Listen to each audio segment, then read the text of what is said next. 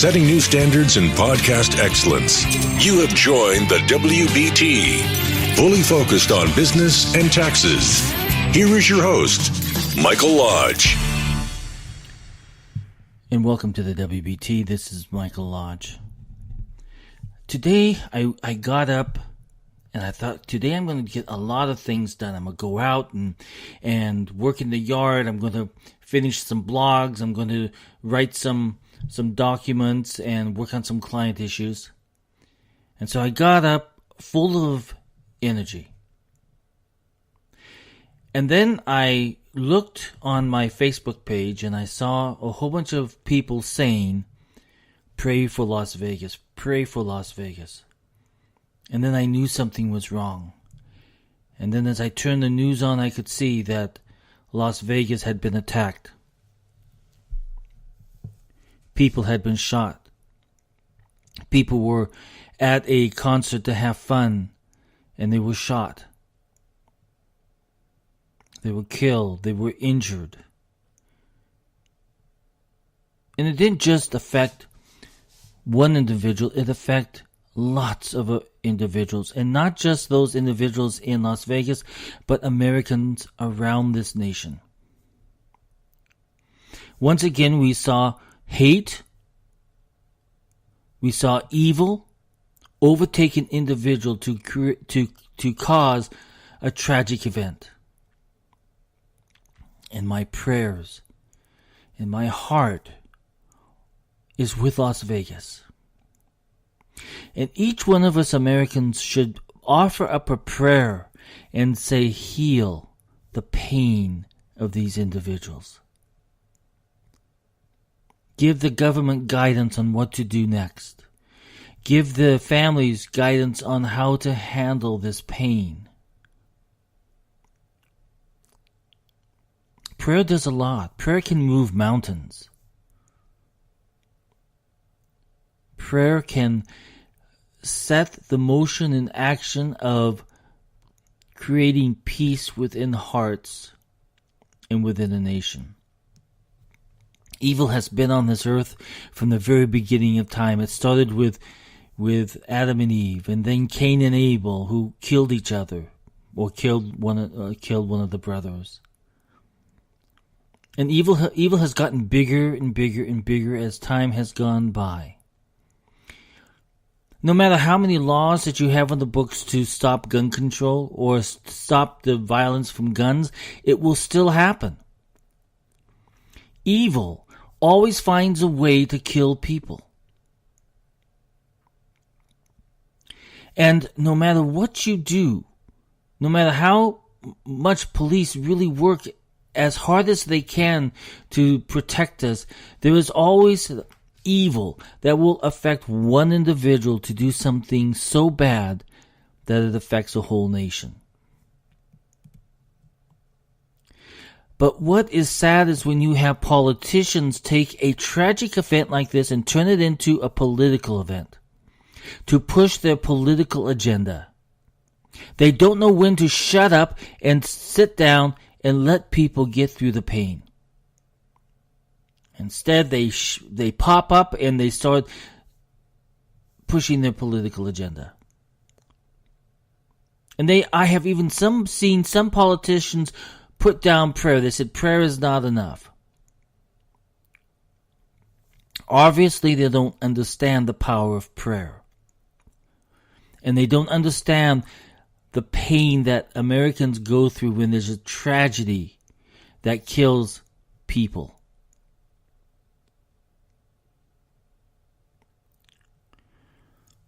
We have got to step away from political agendas for the next few days. Politicians should just shut up and say nothing. Let Americans in communities, in the families, and everybody who is affected by this tragedy, let them heal. Politics has never healed anything. Politics has just divided and caused more issues. We don't need any debates about gun control at the moment. We've had those debates going on for years and years and years, but it continues on even to this day by politicians who want to push their agenda. But they have no heart to sit down and say, you know what, I'm praying for you. I'm thinking about you. Instead, they want to make it politics. This is a tragedy upon America because we saw hate once again rise itself. We saw an individual who went off, and we don't know what the reason why is yet. But we know that there was evil, because evil kills. And that's what happened. People got killed, people got hurt. A community got devastated. And the American people are sitting here saying, why? What happened? What can we do next to help our communities heal? Politics raises an evil voice when it's trying to push a political agenda that should not be discussed right at this moment when people are in pain. We can talk about it later. But right now, we need to be in our churches. We need to be in our prayer groups. We need to be within our community trying to see what we can do to make our communities better, safer.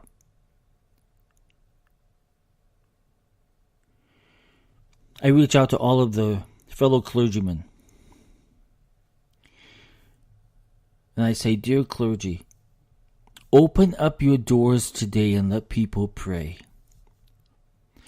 Have your doors open this whole week so that people can come in and say, Lord, I need your help to heal. And I'm praying for my community to heal. Those clergy who are in Las Vegas, open your doors 24 hours a day for this next week and let people pray. Let people find a place where they can go and heal, where they can talk about their pain.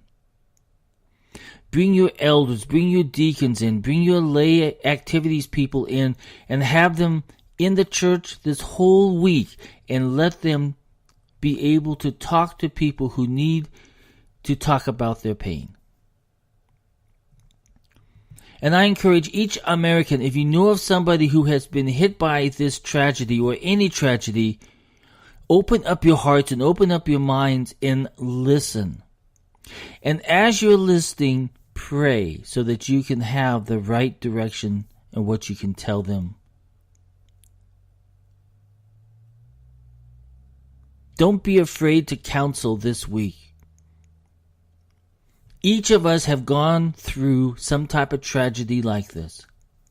Several years ago, I had a call center in the Philippines. And we had just gotten a brand new car for the company there because we needed to get from place to place. Excuse me. And the very first week we had it, we told our driver, come and pick us up because we want to go out and enjoy the evening. And then we changed our mind, but he was still on his way. So as he turned around to go back, 5 gunmen attacked the car, riddling the car with bullets. One bullet went through his jaw, through his chin, destroyed it, crumbled it. Well, all there was skin hanging down. But you know what? He had the guts to continue driving home.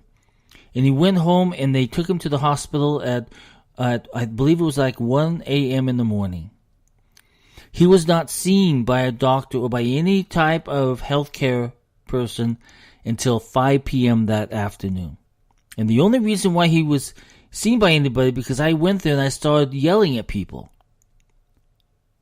And then finally I got him into a room. And in that room there were 30 people and there were 2 people to a bed. Rain was coming in the windows because it was raining. He needed to use the restroom, and so we lifted up the driver, walked him as I was carrying his IV in my hand and walking him to the restroom that was outside the hospital in the rain. He couldn't make it all the way to the bathroom, so he just peed right there on the hallway. Got him back to his room, and I remember going down to the cafeteria of the hospital, and I sat there, and then all of a sudden, tears started coming down my down my eyes because I began to think about if I would have been in that car, I would have been in the passenger side, because that bullet went from through his jaw and all the way over to the passenger side, and you could literally see the bullet hole in the passenger side of the door.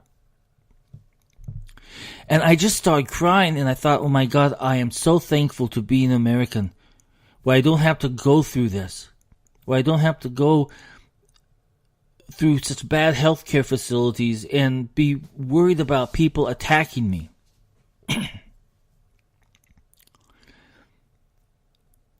But life changes. But now we see evil in this nation. And we see evil becoming stronger and stronger because we don't get involved within our communities.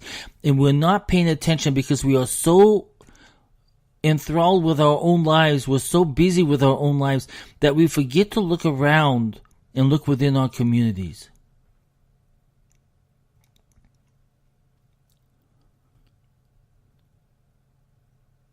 I remember sitting there in the hospital and thinking about this one individual who was my driver, being shot, no family, just me and my associate, and not knowing what we were going to do next, until we said, okay, God, you need to help us to know what to say and know what to do. You have to work within us. And I think that's what we all have to do. We need to begin to asking God, Lord, how do you work within me?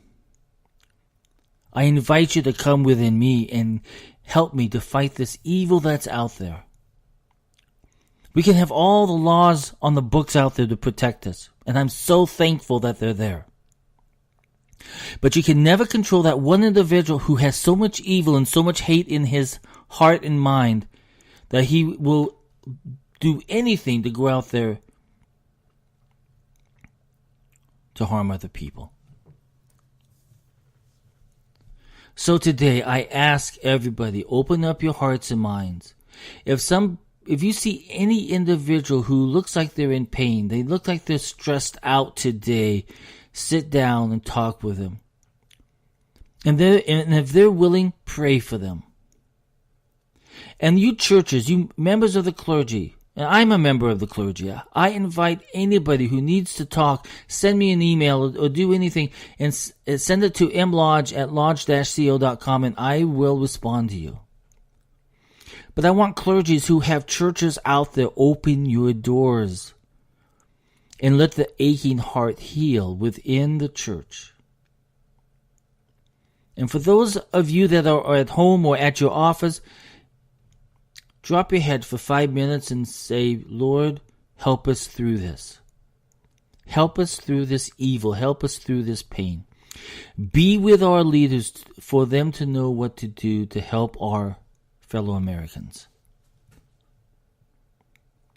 Evil. I tell you, what that man did today was so evil. It affects you, it affects me, it affects the people who were at that concert trying to have some fun. But then we have these politicians who try to make it political. Instead of hearing the painful hearts of Americans of this hate that we have going on through the United States today, they want to make it political. You know, political agendas heal nothing. It just creates more and more problems. So it's time for politicians to be quiet for at least a week. Give Americans time to pray. Give Americans time to heal. Give America a moment that we can all become united. And for you police officers and firemen and off-duty police officers and military people that were there at the concert who were trying to help these people that were being shot and killed, I commend you. You have my wholehearted thanks for what you did. You served well. You did your